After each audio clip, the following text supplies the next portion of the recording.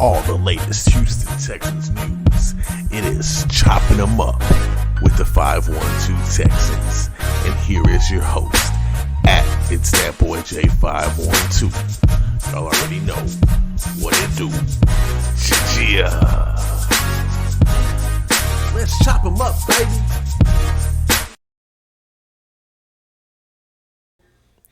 What it do and what's the deal? It is your boy Jay, welcoming you to another episode of Chopping 'em Up with the 512 Texans, and I am your host. Follow me at it's that boy J512 on all social media, but you can just call me Jay. Hope y'all are having a good one. The schedule has come out. It has finally seems like it's the start of the 2023 season. We've had the draft, the schedule released, and we've even had rookie minicamp where we got to see our top two picks, CJ Stroud and Will Anderson Jr. take the field. And it was great to see them out there for the little bit that we got to see. We actually know the jersey numbers now. We know our boy Stroud is 7. We know Tank Dell is 13. So we have that 7-1-3 connection for H-Town. You know, Will Anderson rocking 51. Just a lot of exciting things going on in the world of the Houston Texans. But let's break down kind of what the schedule is looking like. And I really like the way that the schedule was set up because we start off on the road, and it's not the easiest game, but we start off with the Baltimore Ravens. Now, if we can go out there and make something happen and actually steal a win in Baltimore, man, we're going to be set up for the season, and we're going to be looking like we're going to get to a hot start, and it's going to really set the momentum. I mean, it's going to be tough. We have a very bad record against Baltimore, and I don't even know if we've ever won at Baltimore, and I don't really think we have, but that's going to be how we start the season. And then the good thing is we have a road game, then a home game, and then a road game, and then a home game, and a road game, and a home game, and I think that'll be really good for a young team that doesn't have to be on the road for weeks at a time, you know, flying around, coming home, flying back out. This will be good for CJ Stroud and the rest of the rookies. But we'll come back in week 2 with the Indianapolis Colts. Then we'll go to Jacksonville.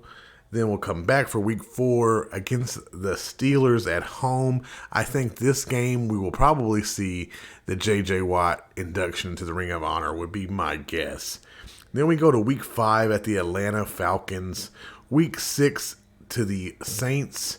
We continue to a bye week in week 7, and then in week 8 we continue our 4-game stretch against the NFC South, where we go to Carolina to face Bryce Young and the Carolina Panthers, and then we finish off the NFC South with week 9 and the Tampa Bay Bucks at home, and then we're back on the road against Joe Burrow and the Bengals. Should be a tough one. Then we're hopefully playing a Falcons team that's looking to tank in week 11 at home, week 12 against the Jags. Then we have 3 home games in a row. Yes. And then we're back at home against the Denver Broncos at our only 3 o'clock game. The rest of the games are at noon, so we don't have to wait all day for our team to play. We have no primetime games, which is big news. No Thursday night football, which I like because these short weeks are never great, especially for a young team. We finish off the season coming into week 14 at the Jets and at the Titans, then back home on Christmas Eve to face Deshaun Watson and the Cleveland Browns. New Year's Eve, we're at home against the Tennessee Titans, and we will finish the season off against the Indianapolis Colts. I think this is a really good schedule where I feel like if everything can fall our way, I feel like we will end up 8-9, which I've kind of been preaching. I think the schedule sets us up for that, where we will see a young CJ Stroud take this team and grab some victories, where we had a lot of close calls last year with Davis Mills. I think CJ Stroud's talent can get us into that win column, and we will be looking to build some momentum and not having too many tough games back to back, not having road games back to back. Being able to rebound at home could be a good thing. I am excited to see what we can do with this schedule. Now, one of the big things I've been reading about a lot, and I wanted to kind of get your guys' opinion, is they're saying that Houston has no wide receivers. So I wonder, who do you think is going to be the top wide receiver? Not tight ends, because I think Dalton Schultz is going to have a great year, but who is going to be that top wide receiver for the Houston Texans? Is it going to be Robert Woods? Is it going to be Nico Collins? Is it going to be a returning John Mechie?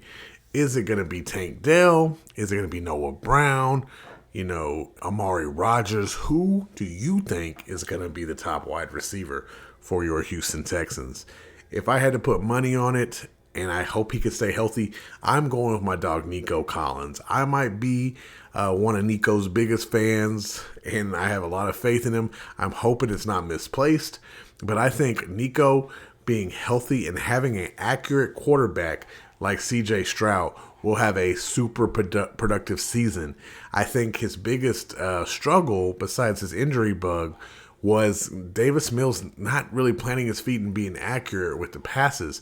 If you go back and watch his 2022 highlights and film, you'll see Nico kind of, having to jump for almost every pass. If CJ can get him and hit him in stride, I think Nico will be setting the bar, and it's not a lot to say, but having that career year. And having a veteran like Robert Woods there will only help him and all the younger guys.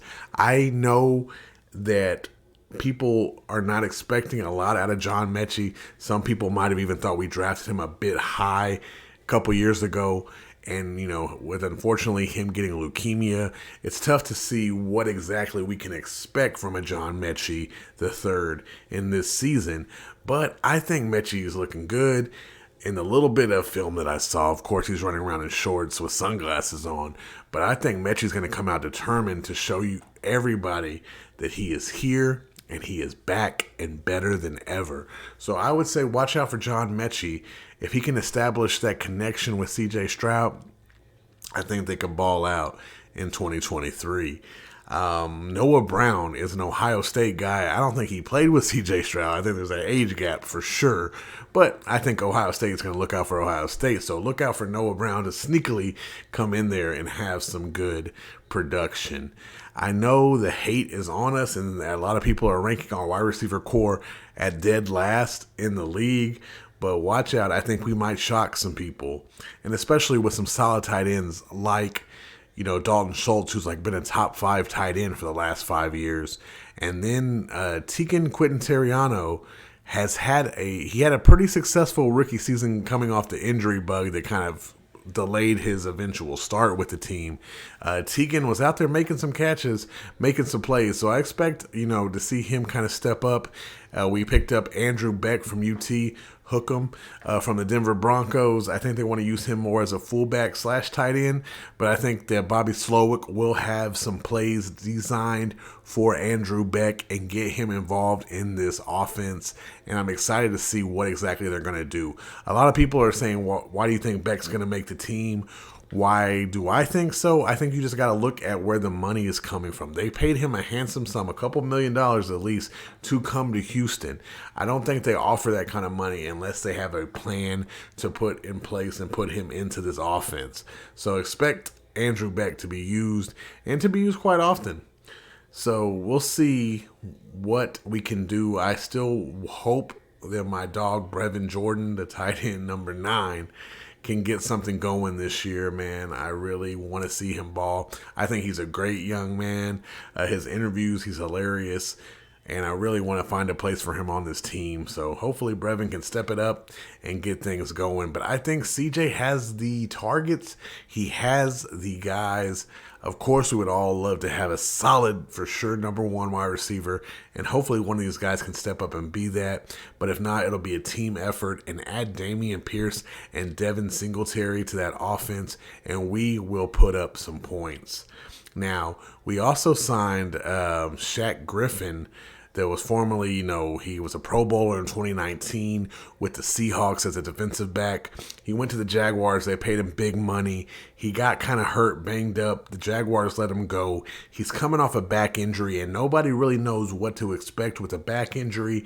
But if he can be, close to what he was in 2019, then I think right now we have a super solid defensive back group, specifically cornerback group. When you look at Derek